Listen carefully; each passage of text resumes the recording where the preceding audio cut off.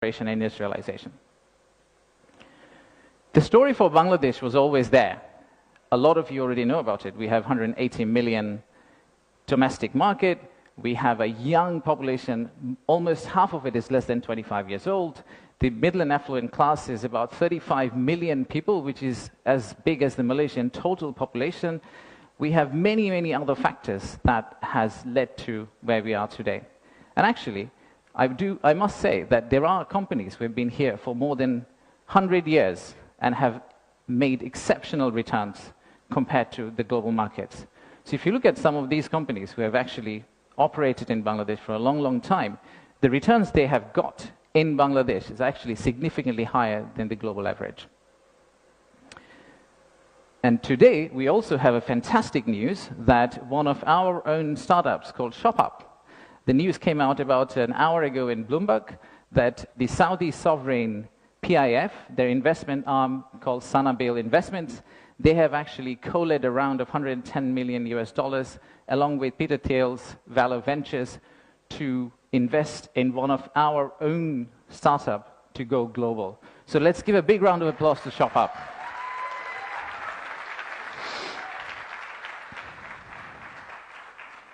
So that's today. That's today. So what's tomorrow? How do we go from here to the vision we have for 2035? So this $180 million story, or 180 million people story, is not enough. I think we need to redefine market. We believe the market is actually much larger. When we talk about market, we should be talking about a much larger regional market which you could potentially serve out of Bangladesh. You set up your factory here, you export out to all these markets. At the same time, I would expect these markets to set up their factories and push it back to Bangladesh. Use the ports of Bangladesh and potentially export out to the rest of the world. So the narrative that we've had of why invest in Bangladesh is not really a domestic market 180 million story. It is a regional story and it's a global story. To further strengthen ourselves, we have decided to enhance our port capacity. In Chittagong area, what you see now, we are actually tripling that within the next few years, which is essentially allow this region to consider Bangladesh as one of the biggest logistical hubs. However, that's not all. We need to do a lot more.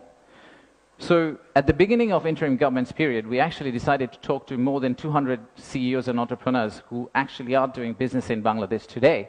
And we wanted to understand how can we convert our critics into our ambassadors. They are the only ones who could potentially bring business for us.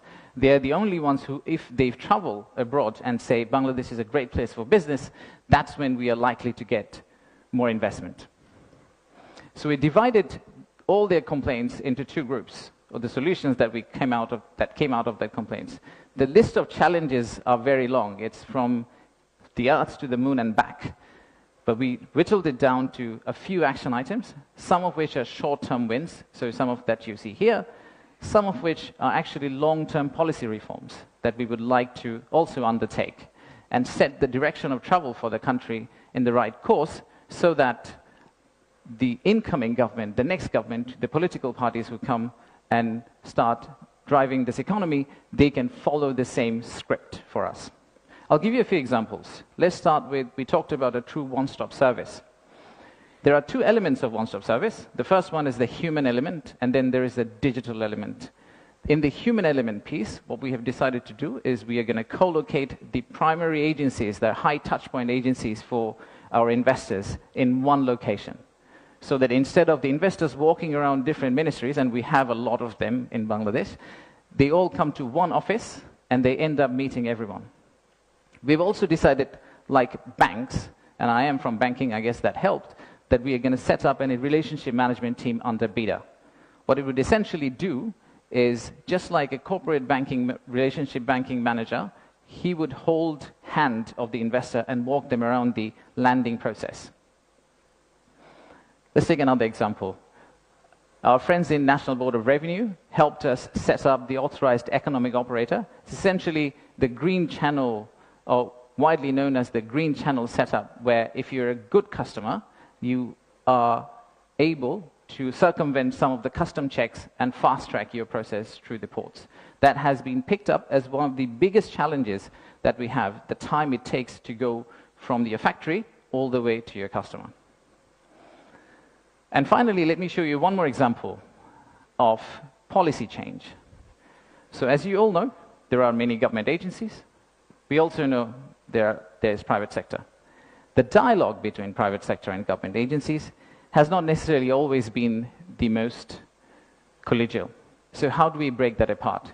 The first thing we need to do is to club the government agency into one. We need to show one face.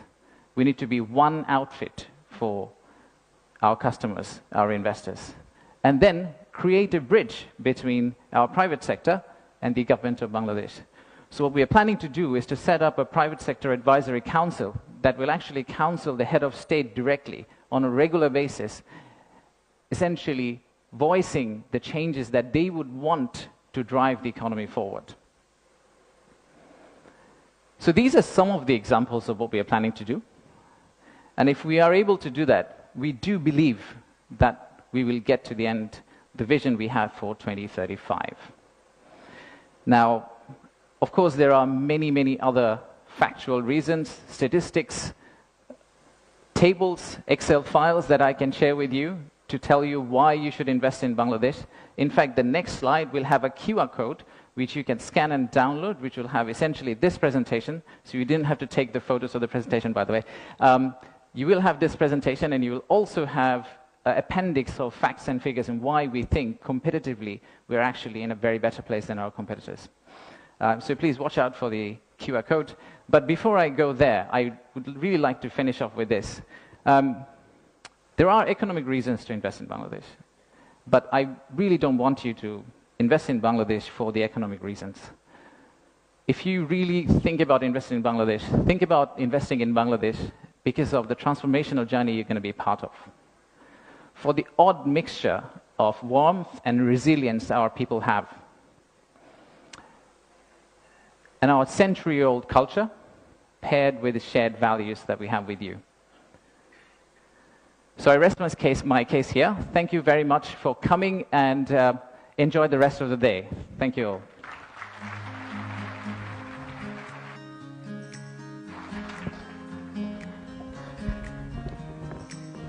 Thank you, Ashik. I just want to check